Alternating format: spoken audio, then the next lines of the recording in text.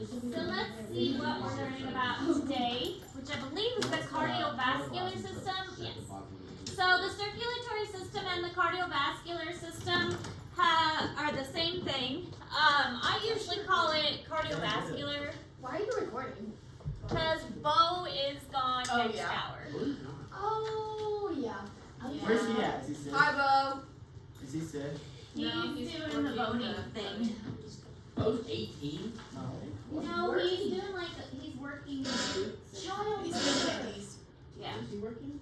He's getting the idea. Wait, how did you sign up for that? Because I want to do that because I want to get community service. Or is he getting paid? She's not ready. How did he sign up for that? Because his wife teacher and so I probably hears about it.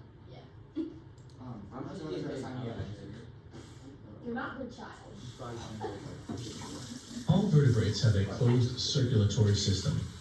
In fishes, a two-chambered heart pumps blood through a single circuit. Blood picks up oxygen in the gills and delivers it to the body.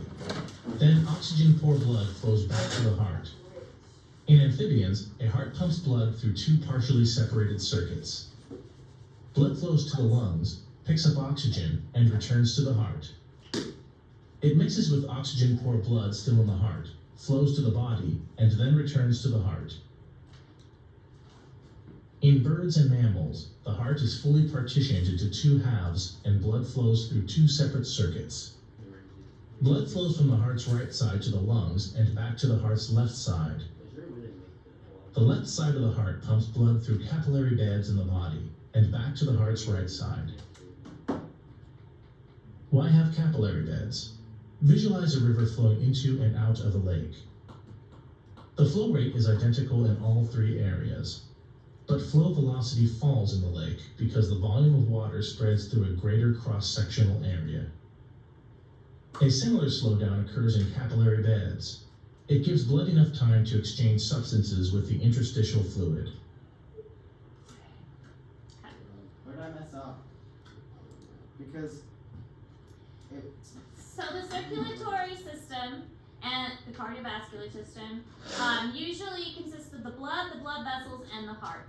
But as you could see in the video, that it is a little bit different depending on what type of animal we're looking at. There is a 2-chambered, a 3-chambered, or a 4-chambered heart in the more complicated animals. So some of the more simple animals, like a fish for instance, is going to have a 2-chambered heart. More complicated animals like amphibians have 3-chambered, and then the most advanced animals, crocodiles and alligators, birds, and mammals all have 4-chambered hearts. Now, the purpose of the cardiovascular system is to move things around and transport the nutrients and the oxygen and the waste products from one area to another. There's also this thing called interstitial fluid. This is a fluid that fills stuff in between the cells. So it actually is the area that, it's kind of like a dumping ground. So when the capillaries get to the tissues, the capillaries don't actually exchange materials with the tissues itself. It exchanges materials with this interstitial fluid. So the capillaries dump off oxygen to the interstitial fluid, and the interstitial fluid takes it to the tissues. So it's kind of like a go-between. And same thing, like the cells will dump the waste products in the interstitial fluid, and then the interstitial fluid kind of diffuses it to the capillaries. Do you have Aaron's thinking putty? Do you have Aaron's thinking putty? One of my boys had birthday yesterday, and I bought him Aaron's thinking putty. It's good stuff. Yeah, I got this one from because he doesn't want to have to buy me a whole other one because they're like $15. What's going on? It's hard to get the lid off originally when you first get it.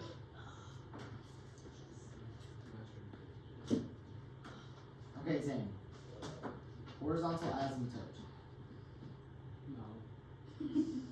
So an open circulatory system is a little bit different. Like the more complicated animals we just mentioned, and in the video it talked about a closed system. but there is such a thing as an open circulatory system. And these we can find in invertebrates, such as grasshoppers and insects. What it is you have a heart and you have vessels, but the blood doesn't always stay in those heart and in those vessels. The vessels actually open up and the blood goes into the body cavity, and then the blood kind of sloshes around inside the body cavity and coats the organs and the other structures. Then it gets picked back up by the vessels and pumped back to the heart. So it doesn't stay fully contained within the vessels, which is why it's called an open circulatory system. So this means that it goes out, it goes into the body cavity, and it coats the organs instead of staying fully within the vessels. Which is kind of weird to think about. Also, interesting, insects do not have red blood. If you think about it, bug splatters on your windshield, it's not red. Gross. Mm-hmm.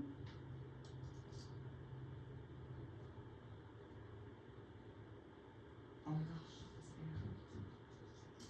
I'm doing it. You It's what? making sounds. What? Nothing. This air is my tattoo really hurt whenever they did it, and now it's getting itchy because I just want to take this plastic off. How long do you have to keep it on? 2 days. Mm. I can take it off after 1 day, but he said 1 to 2 days, and then he also said 2 to 4 days, so I'm just gonna leave it on for 2 days. This is common. All right, so the closed circulatory system is in more advanced animals. It is found in some invertebrates like worms in this picture here. The blood stays in vessels. It's not supposed to come out. I mean, obviously if you get injured, it comes out. But it's supposed to stay in the vessels, and it goes from the heart pumps it around, and then it moves around inside the vessels. So we obviously have a closed circulatory system.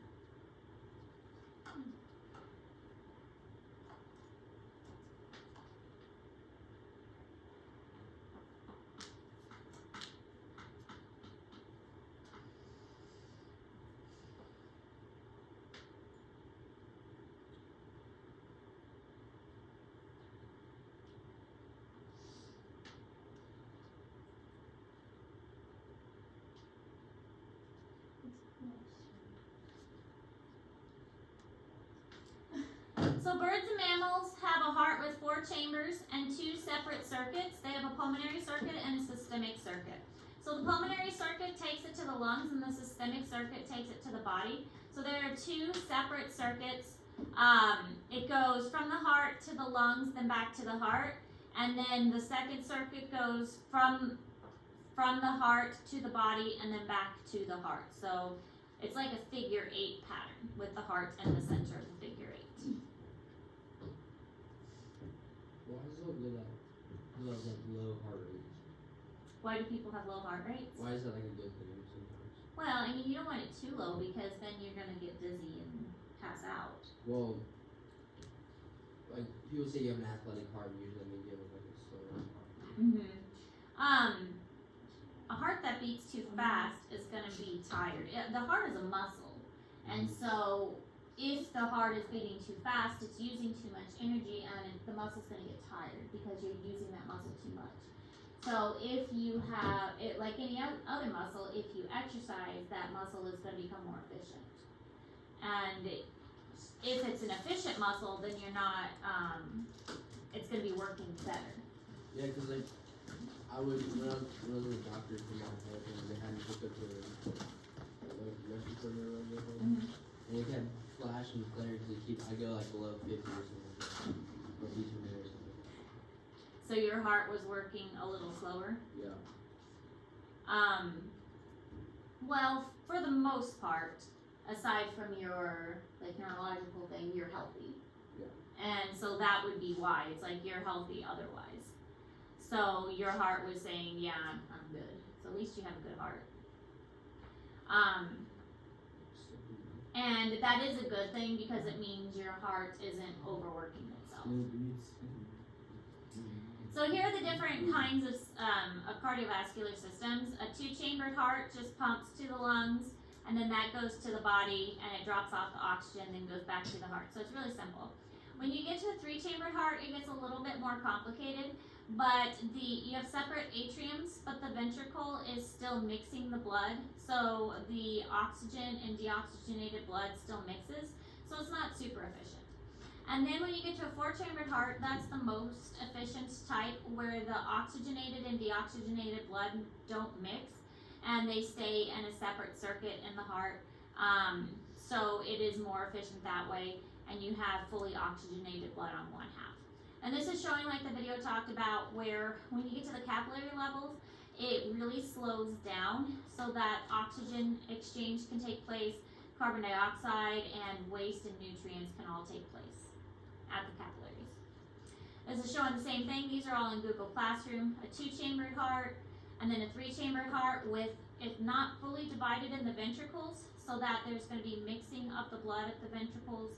And then with a 4-chambered heart, you have a complete septum. Here in the center, this is called a septum, so that the 2 ventricles are separate. So this is an atrium, ventricle, ventricle. The other thing I should probably mention is when you're looking at any type of organism, you always refer to the organisms left and right. So obviously here, like we're looking at this and this looks like our left, but if you, like if this was a human, this would be the patient's right and the patient's left. So when we are referring to like anatomy and physiology, it's always the patient's right and the patient's left. And this is just in that diagram, slowing down in the capillaries so that oxygen and nutrients can exchange faster. All right, so looking at the actual blood that is contained within the vessels, this is where the really important stuff is happening and the transportation is occurring. Blood is actually a fluid connective tissue. And again, that goes back to, this is the site of, it shares an embryological origin as bone and adipose tissue and all those other types of connective tissue. And it consists of plasma, blood cells, and platelets. So those are the main things. I mean, there's white blood cells and red blood cells, platelets, and plasma.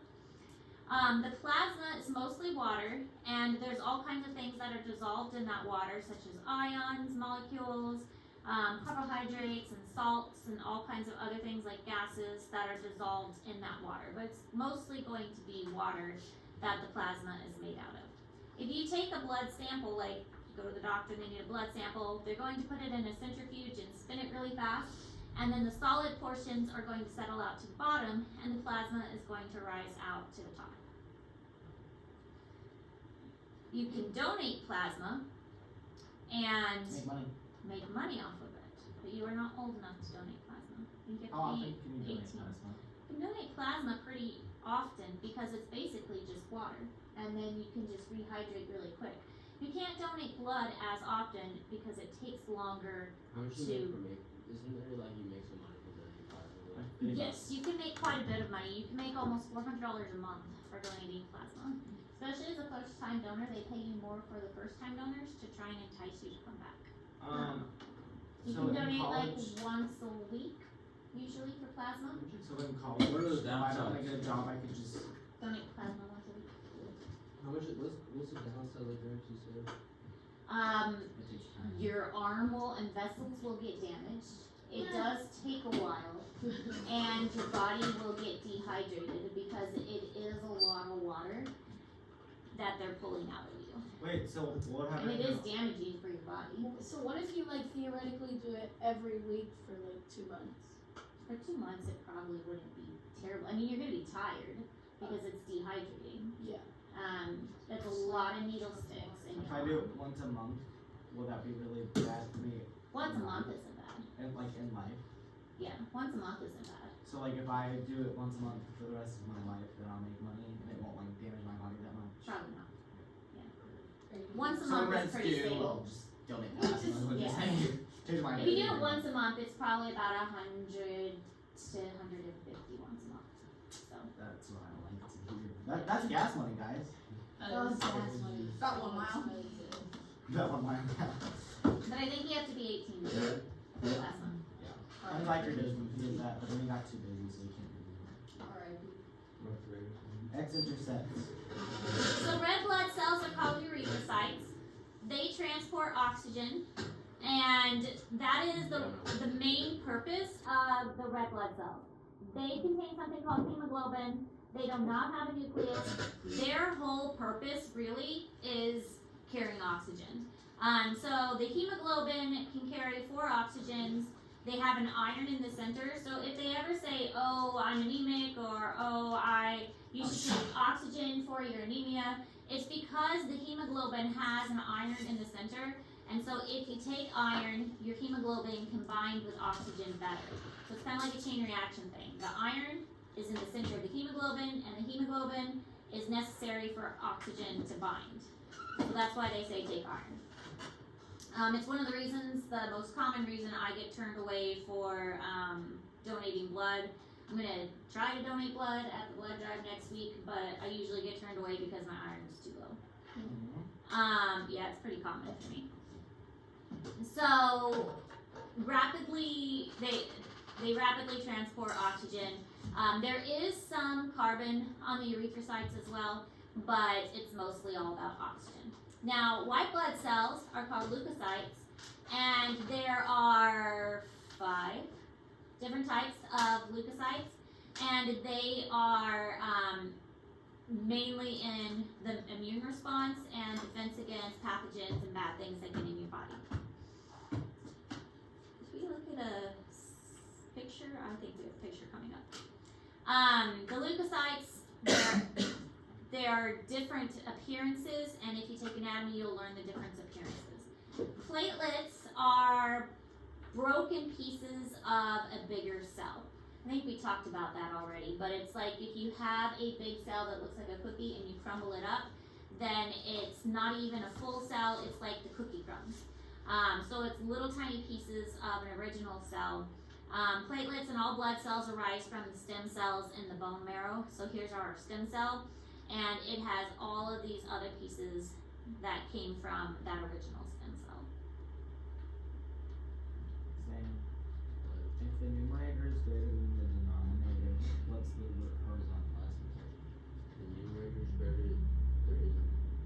Okay, then where did that? Right?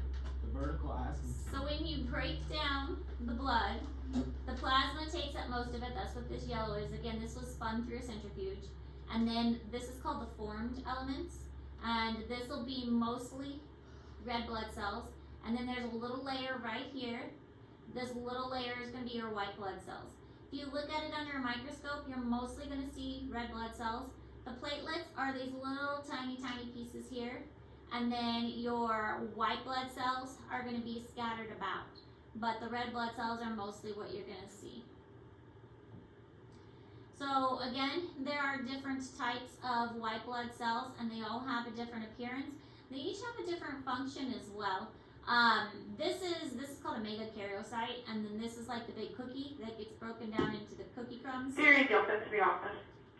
It gets broken down into the little cookie crumb pieces that turn into the platelets, and then you have your erythrocytes, but they all start from that original cell, and then you have your different white blood cells that will help with immune responses, and each one of those white blood cells have a different kind of immune response.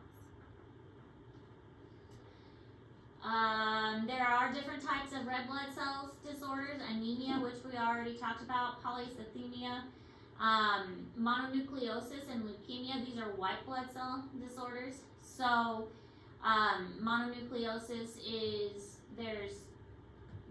it makes you really tired, it makes you really lethargic, and it enlarges your spleen. Leukemia is too many white blood cells in your body, and so if there's too many white blood cells, then that means you're not making enough red ones. So this is with blood typing. We've already mentioned, and this goes well with us having a blood drive next week, that with blood typing, you have to have, only certain people can donate, just other people.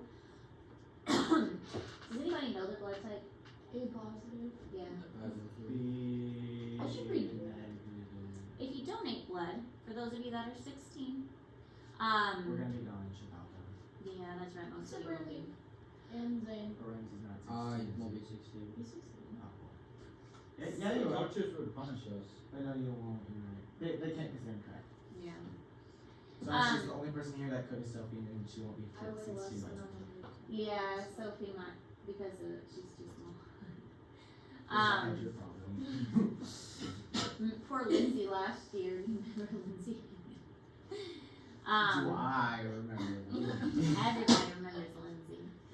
I But do. anyway, the idea here is that if you tried to give blood and like you received the wrong kind of blood, this is what blood is supposed to look like. But if you received the wrong kind of blood, this is what would happen.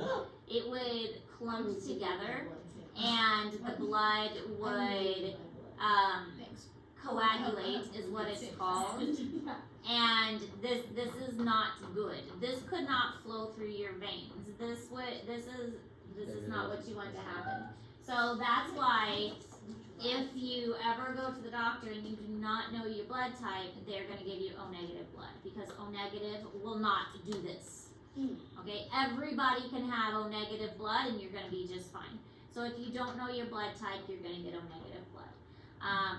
So that's why I do try to donate because I am O negative and I know my blood is very important. And I know, like, for me, I Get more smoke. iron in your diet, Miss Erin. I know. What's O positive? Is that a thing? Yeah, but the positive marker makes it so that they can only donate to positive people. How do you know if you're O positive? Like, They- what's the genetic symbol for that? And why would they never do it? What do you mean? Like, whenever we did the squares. Because my mom is AB and my dad, like, she's AB positive or something. And then my dad is O negative. And so Oh, you mean when we Kyan's- did the Punnett squares? Yeah, and That's Kyan's, something different to consider. You could do the positive and negatives with the Punnett squares, but you'd have to like consider those in a separate Punnett square. so my mom, she's AB and my dad's OO. Mm-hmm. And so my sister's A, which means she's AO. And I'm B, which means I'm BO. But if I marry somebody that's BO, then my kids have a 50% chance of being OO. If you didn't know that. Fancy. Wait. Did I do my phone school? Wait, no, they only have a 1% I mean a 25% chance. But if it's BO and OO, Then it's then baby. it's 50%. Oh my gosh, Miss Hayes. Oh, it's See, look at you learning genetics. This is the test I got a 99 or 100 on or something. And remember the Punnett squares, because that's going to be on your EOC test when the EOC comes out. The ESC is like not a grade, like that's not gonna affect our grade, will it? I'm not going to make it as Little great. I. But I say would that. really, really appreciate it if you tried your hardest, because that makes me look good. Oh, if I get anything besides exemplary, my mom might be mad. I would really appreciate you trying your hardest on the E EOC. The only class I wouldn't would be algebra, but it's worth the grades, so I'm so annoyed about that. And message. So this chart shows how the blood works. I think we've seen this chart before. That O blood can only receive from O blood, but AB can receive from everybody. That's basically what this chart shows. And any one that looks like this is bad. Like you don't want to. So an O person can only receive from O, but anybody else that they got blood from, it would like coagulate and be bad for them. But an O person can donate to anyone. Isn't AB the rare one? Not AB really negative. rare.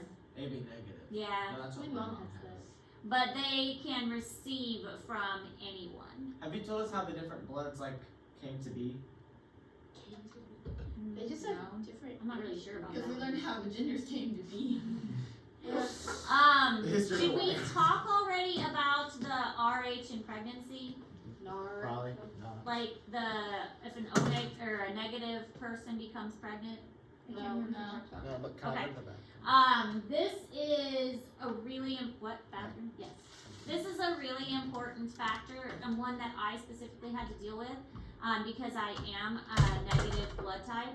So what happens is this is only if a female is negative blood type. So and the person that her significant other is positive. So this is something that I had to deal with all of my pregnancies because I am O negative. And Mr. Ayers was positive blood type. So it isn't an issue during the first pregnancy. So let's say my first pregnancy was Avery, which, true, and she had positive blood. The first pregnancy is fine because my body hadn't had an issue with it. It's never recognized positive blood before. So I have normal birth, but during the birth, our bloods mix. And suddenly I have a little bit of positive blood that gets in my system, and it's like, oh no, positive blood. This is not normal. So then my body builds up antibodies to positive blood. Okay? So now my second son, Kason, is born with positive blood. And as we know, all my children have positive blood. So now I'm pregnant with Kason, and I'm pregnant with him, and he has positive blood. And my body has antibodies from Avery, and it recognizes that, oh no, there's something here that has positive blood. This is a foreign object. So my body would try and reject the second pregnancy because it recognizes from the first pregnancy that this is a foreign object. So this is something that all women who have a negative blood type has to deal with. I was a foreign object. Were you? Did your mother know, and did they know it in advance? All I know is that her body did not like me. Okay, so if they know it in advance, like I did, then it's not a big deal. So I knew in advance because my mother had the same issue. My mother was O negative, my dad was positive, and so I knew that this was something I was going to have to deal with. So I told my doctor immediately, I'm O negative, I have the RH factor, this is called RH factor during pregnancy. So if they know in advance, it's not a big deal because all it is 2 shots would prevent this. I get a shot about halfway through the pregnancy, and then I get a shot right after the baby is born. And it's not an issue. So since I knew about it, I always made sure to ask for my shots. I was like, okay, I need my shot. And then after the baby's born, I was like, okay, I need my shot. And it was never an issue. But if they don't know, the first pregnancy is fine, but the second pregnancy is when the issue happens. And that's why people get confused, is because it's like, oh, well, the first baby was fine, I had no idea. But the second baby is when the body has the antibodies now, and they start to reject the second pregnancy, because they think that the baby is a foreign object. And because of the positive blood. And so this is a major concern. So that may have been, were you the second pregnancy? Like, do you have an older sibling? No? Maybe. I think she had like 2 miscarriages. See, and that would have done it. If there was a miscarriage, that would have done it. The blood would have Was mixed. the first to see that. And so, it could have also been the reason why she had miscarriages.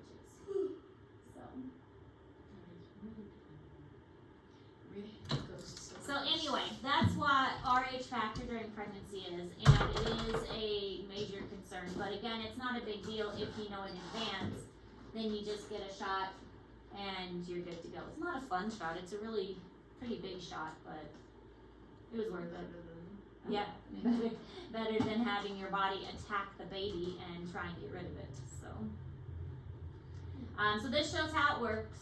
The father is positive, the mother is negative, and if the baby's negative, it's not a big deal. But again, all my children were positive. So then the blood mixes, and the positive factor gets in the mother. So now the mother has antibodies built up. And then the second pregnancy, the baby is positive, and the antibodies are attacking the baby, trying to get rid of it because they think the baby's foreign. All right, pulmonary circuit. So in the pulmonary circuit, this is the blood going from the heart to the lungs. And this is really different because usually arteries carry oxygenated blood and veins carry deoxygenated blood. But this is reversed in the pulmonary circuit. In the systemic circuit, arteries carry oxygenated blood, veins carry deoxygenated. But in the pulmonary, it's reversed. There will probably be a question about this because I think it's important to understand that in most of the drawings that we see. Most people just think, oh, arteries, oxygen. That is not true. Arteries mean away from heart. It doesn't always mean it carries oxygen, because in the pulmonary circuit, it does not. So there will probably be a question about this on the test. When is the test? Like, It'll be later, because we still have a lot of pig stuff to get through. oh, I forgot about that. Oh yeah. I think I look. No. Oh my gosh. You're a little predictable. I'll just stop. It's like Kelsey with the Naruto. Oh my gosh. Alright, so here you can see the pulmonary circuit, So mean. and then this is the systemic circuit. I was like, what? So mean. And this is just strictly the pulmonary circuit. So the arteries carry the pulmonary artery. See, here's a pulmonary artery, and it's blue because there is no oxygen. And here's a pulmonary vein, and it's red because it does have oxygen. Pulmonary veins with oxygen. Alright, so these are the major vessels you need to know, Oh my gosh. but they're not too bad because if you pay attention, they're associated with a lot of the things you already know. Femoral artery, abdominal aorta, brachial artery. So it's associated with things you already know, okay? Carotid artery, jugular vein, these are in the neck, alright? Pulmonary vein, and there's a pulmonary vein, there's a pulmonary artery. Okay, so a renal vein, a renal artery. So it's really not that bad. Just a little shaking. Iliac vein, iliac artery. Femoral vein, femoral artery. Okay, not too bad. What does that mean? Alright, so most blood flows only through one capillary system, and the blood in the intestinal capillaries later flow through the liver capillaries. The liver basically cleans and filters the blood. The liver is very important for cleaning and filtering, and it takes the things from the intestines and sends it to the liver so that if we eat something that's bad for us, we put, especially like little kids, they put their hands in their mouth. This is why we're always saying wash your hands. Bad things get into our body through our hands, through the food that we eat, and so our liver tries to filter that out before it's sent to the rest of our bodies. Our liver tries, it doesn't always get it all. I know. I'm so sorry. Kennedy was such a cute name. I put owl on my face and my mouth. Looks like I'm old. You're old. I mean, look at my face. Anyways, nose was kind of cool. And then this picture shows, or chart kind of shows how all the systems relate to each other. I don't. Circulatory is kind of the center. Everything goes to the circulatory because the circulatory moves everything around. You're right. Alright, look, we made it. But Yeah. guess what? Now you're ready for our big assignment.